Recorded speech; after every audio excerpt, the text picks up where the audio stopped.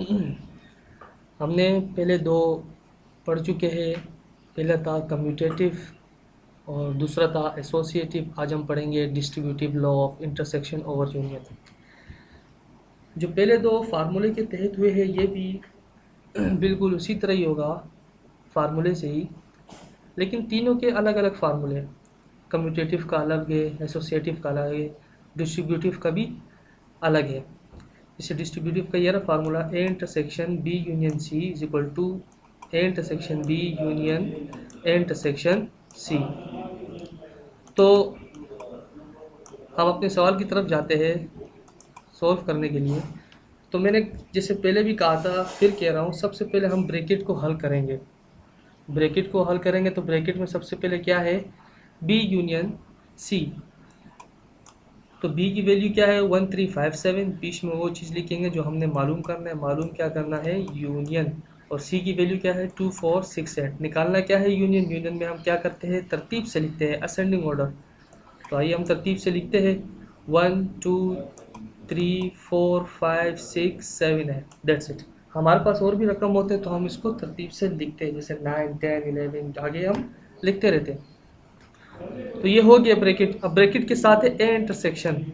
अब इसको भी इसके साथ हल करेंगे। जैसे ए इंटरसेक्शन है, ए की वैल्यू क्या है 1 2 3 4 5, मालूम हमने इंटरसेक्शन करना है।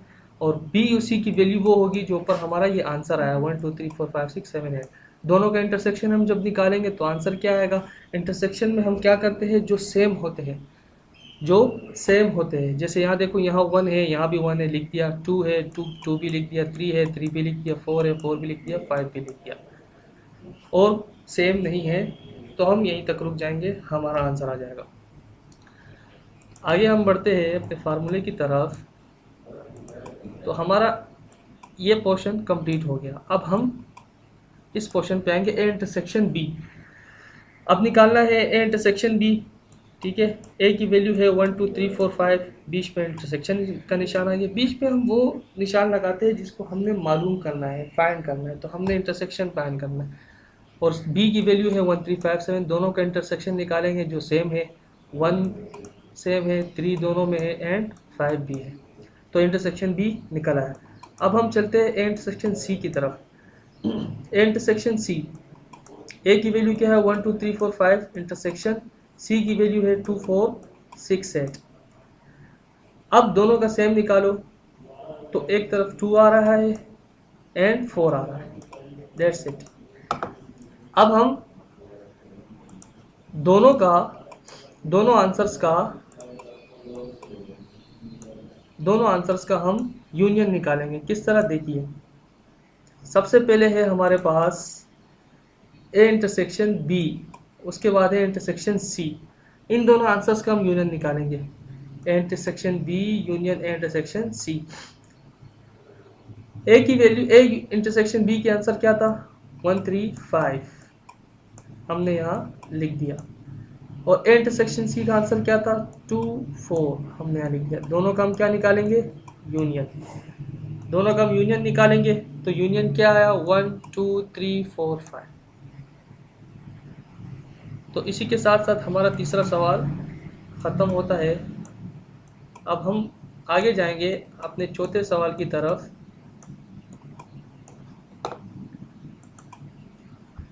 जिसमें हमने डिस्ट्रीब्यूटिव ही निकालना है, लेकिन थोड़ी सी चेंजिंग है। अगर आप देखेंगे सवाल की तरफ, जैसे कि तीसरे सवाल में लिखा हुआ था डिस्ट्रीब्यूटिव लॉ ऑफ इंटरसेक्शन और यूनियन। अब चौथे सवाल में लिखा है डिस्ट्रीब्यूटिव लॉ ऑफ यूनियन और इंटरसेक्शन, यानी कि उसी का उलट, उसी का हमने उलट निकालना है। तो इसका फार्मूला उससे सेम नहीं होगा, ये भी मुख्तलिफ होगा। इसका फार्मूला है A union B intersection C, A union B intersection A union C. तो आइए हम इसकी तरफ देखते हैं। सबसे पहले हम क्या करेंगे, ब्रैकेट को हल करेंगे। ब्रैकेट में क्या है, बी इंटरसेक्शन सी।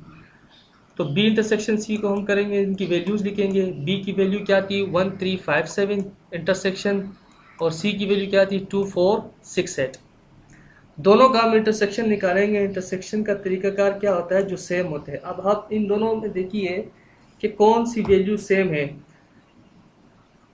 कोई वैल्यू सेम नहीं है तो हम इसको खाली छोड़ देंगे, एम्प्टी सेट। ठीक है। अब आ जाइए, ब्रैकेट के साथ जो होता है वो हम करते हैं। जैसे ब्रैकेट के साथ क्या है, ए यूनियन। अब A union B union C. A की वैल्यू क्या है 1 2 3 4 5, बीच में यूनियन मालूम करना है। और बी इंटरसेक्शन सी का आंसर क्या आया था, एम्प्टी सेट, खाली सेट आया था। हमने इसको इसी तरह ही खाली लिख दिया। अब दोनों का यूनियन निकालो। जब दोनों का यूनियन निकालेंगे तो क्या बनेगा, 1 2 3 4 5, क्योंकि दूसरा ब्रैकेट तो खाली है। अब आते हैं हमारे इस तरफ, इस फार्मूले की तरफ आते हैं, ए यूनियन बी। सबसे पहले हमने मालूम करना है ए यूनियन बी। ए की वैल्यू क्या है 1 2 3 4 5, बीच में यूनियन आ रहा है। और बी की वैल्यू है 1 3 5 7। दोनों का यूनियन निकालो तो यूनियन क्या आता है, असेंडिंग ऑर्डर 1 2 3 4 5 7। 6 होता तो हम ज़रूर लिखते। जो वैल्यू गिवन होती है हमारे पास हम सिर्फ वही लिखते हैं, अपने से हम कुछ नहीं करते हैं। ठीक है। 1 2 3 4 5 7 ये इसका यूनियन निकला है। हम आगे बढ़ते हैं। आगे बढ़ने आगे बढ़ते हैं। आगे क्या है, ए यूनियन सी। अब हमने ए यूनियन सी निकालना है। ए यूनियन सी, ए की वैल्यू है 1 2 3 4 5, बीच में यूनियन आ गया। ठीक है। फिर है 2 4 6 8। दोनों का यूनियन हम निकालेंगे तो 1 2 3 4 5 6 8, 1 2 3 4 5 6 8, ये इसका यूनियन बन गया। अब दोनों आंसर्स का हम इंटरसेक्शन निकालेंगे। किस तरह, आइए देखते हैं कि किस तरह निकालते हैं। जैसे कि देख रहे हैं कि ये ए यूनियन बी, फिर उसके बाद है ए यूनियन सी। इन दोनों आंसर्स का हमने निकालना है इंटरसेक्शन। चलते हैं हम अपने काम की तरफ। तो A union B intersection A union C हमने यहाँ लिख दिया। ए यूनियन बी का आंसर क्या आया था 1 2। ए यूनियन बी का आंसर ये रहा 1 2 3 4 5 7, हमने यहाँ लिख दिया। बीच में इंटरसेक्शन मालूम करना है। और ए यूनियन सी का आंसर क्या आया था 1 2 3 4 5 6 8, हमने यहाँ लिख दिया। अब दोनों का हमने यूनियन निकालना है। जो सेम नंबर्स है सिर्फ उन्हीं को लिखना है। जैसे देखते हैं, आइए। 1 है, हमने 1 लिख दिया। 2 है, हमने 2 लिख दिया। 3 भी लिख दिया, 4 भी लिख दिया, एंड 5 भी लिख दिया। इसी तरीके से हम डिस्ट्रीब्यूटिव लॉ हमने ख़त्म कर लिया।